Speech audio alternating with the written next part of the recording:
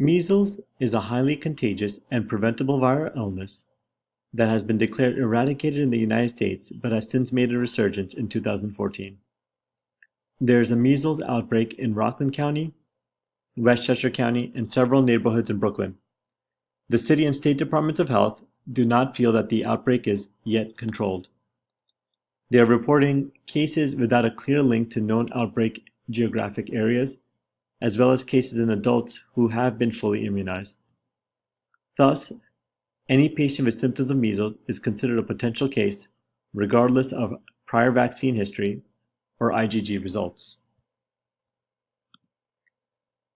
The learning objectives of this specific module are to understand the signs and symptoms of measles, to know the steps involved in confirming the diagnosis, to be able to activate the hospital plan for a potential measles exposure, to be able to manage both acute measles as well as those patients that arrive either in the emergency department or in outpatient centers with a high-risk exposure, to be able to protect the patient, the staff, and the community in the event of a measles exposure, and to be able to navigate the White Plains Hospital measles checklist. Now, measles is a very transmissible disease with a 90% infectious rate in susceptible populations. And by susceptible, we are focusing on immunocompromised patients or those patients that arrive to our hospital without their full set of vaccinations.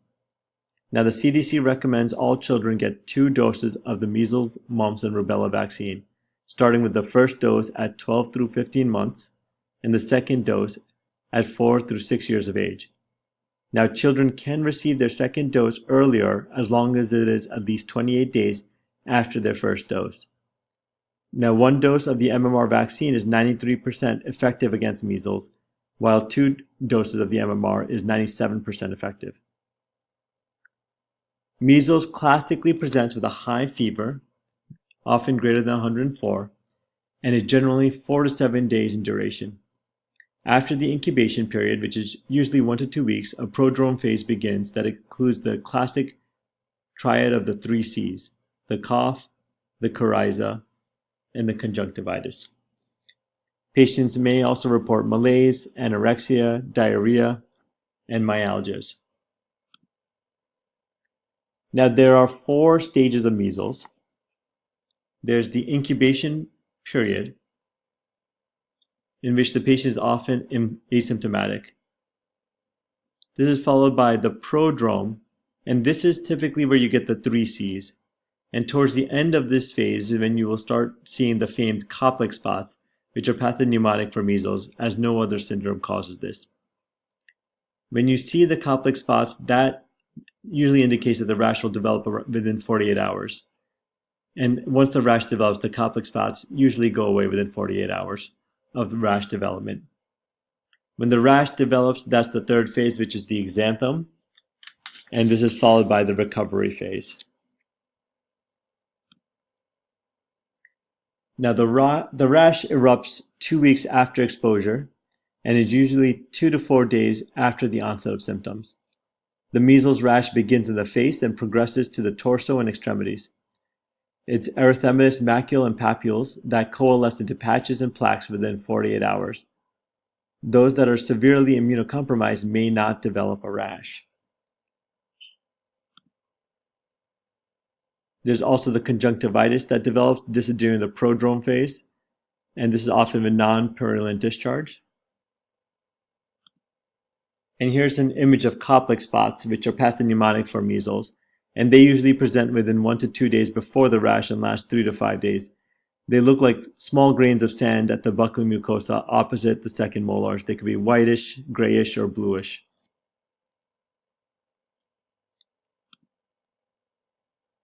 In regards to complications, pregnant women and those who are immunocompromised are at an increased risk of complications from measles, which includes primary measles, giant cell pneumonia with respiratory failure. Pregnant women are at risk of spontaneous abortion and premature delivery. Well-described complications of measles also include 1 in 10 children will develop bacterial otitis media, 1 in 20 will develop bacterial pneumonia. 1 in 1,000 will develop acute encephalitis. 1 in 1,000 child dies either from respiratory failure or neurologic complications. And there's also a rare late complication 7 to 10 years after a measles infection called subacute sclerosing panencephalitis. If you have the opportunity, there's a website listed below. We will have a link separate to this where there's a 3-minute video that includes patients with measles, and it helps highlight some of the physical exam findings. It's a very useful link. It's only about 3 minutes in duration. When it comes to screening these patients either in the hospital or the outpatient setting, important questions to ask on entry are if the child has a fever and a rash, the child's immunization status, the 3 C's, the cough, the conjunctivitis, the runny nose, and if your child has been exposed to someone who has or may have had measles within the last 3 weeks.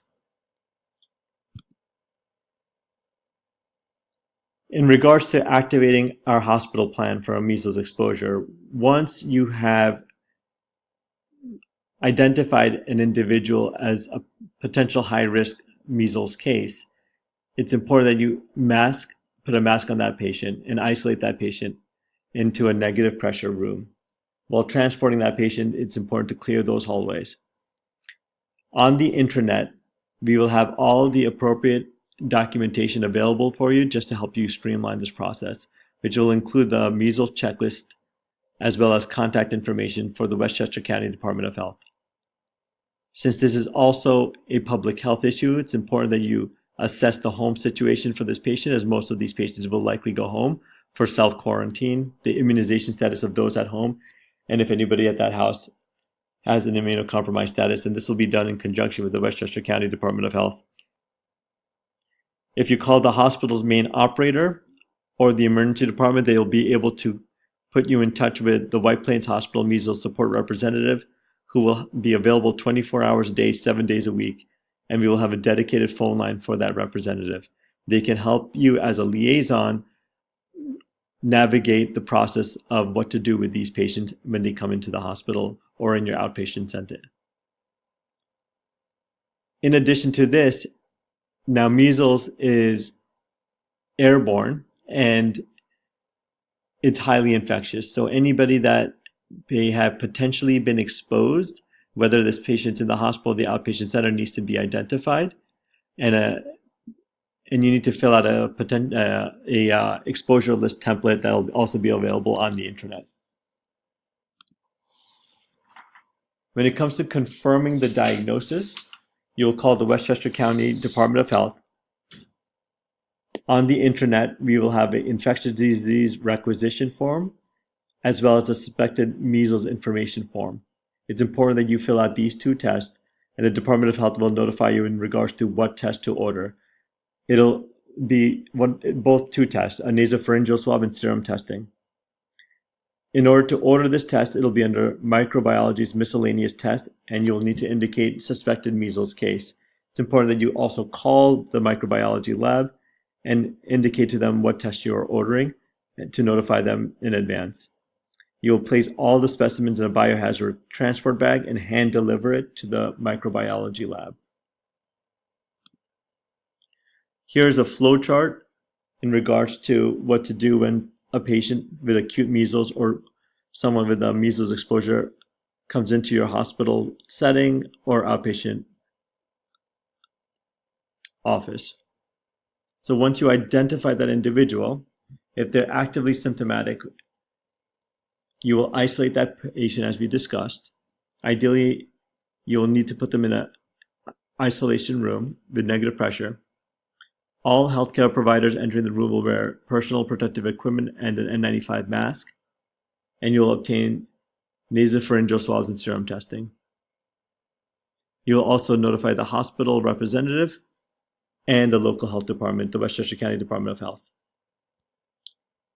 Now, if it's an asymptomatic patient with a high-risk exposure, we have also put online on the intranet our post-exposure prophylaxis form to help guide you in regards to this, what to do in regards to management of these patients. They will also need to be notified to the local health department as well as the White Plains Hospital representative.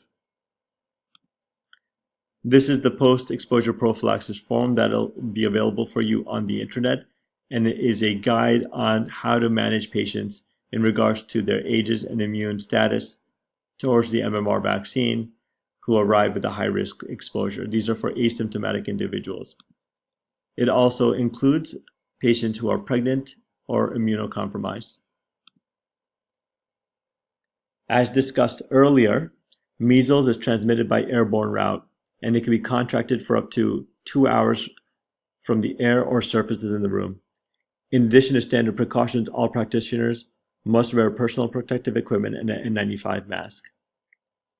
Any potential patients that were exposed needs to be filled out in regards to the exposure list template, which will be available on the internet, and this will be discussed with the White Plains Hospital liaison as well as the Department of Health. There are specific discharge instructions in regards to patients that have a high-risk exposure, patients that have an acute measles infection or suspected measles infection, and those patients that may have been exposed in the hospital. And all of these forms are also available on the intranet. We have put together a checklist to help guide you in regards to the workflow for these patients. In the first area of the checklist, we ask what is the highest temperature to help kind of guide you in regards to these symptoms.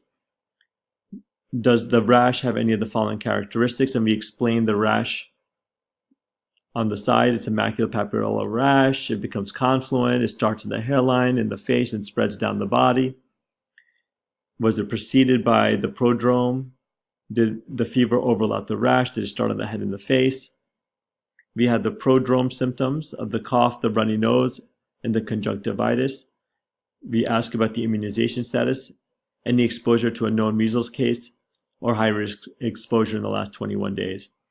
So if you answered yes to B and C, plus a yes in either D, E, or F, then you would consider yourself a high-risk exposure.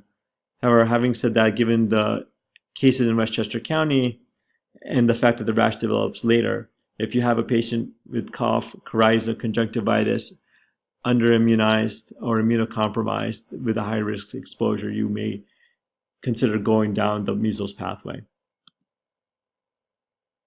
Now, this is a reminder to check off all of these areas. You want to mask and isolate the patient, assess the home for self-quarantine, contact the White Plains Hospital representative, notify any patients that may have had potential exposure, either in the hospital or in the outpatient setting, fill out the measles information form, which is on the internet, the infectious disease requisition form, also on the internet, evaluate the post-exposure prophylaxis form, also on the internet, and call the Westchester County Department of Health.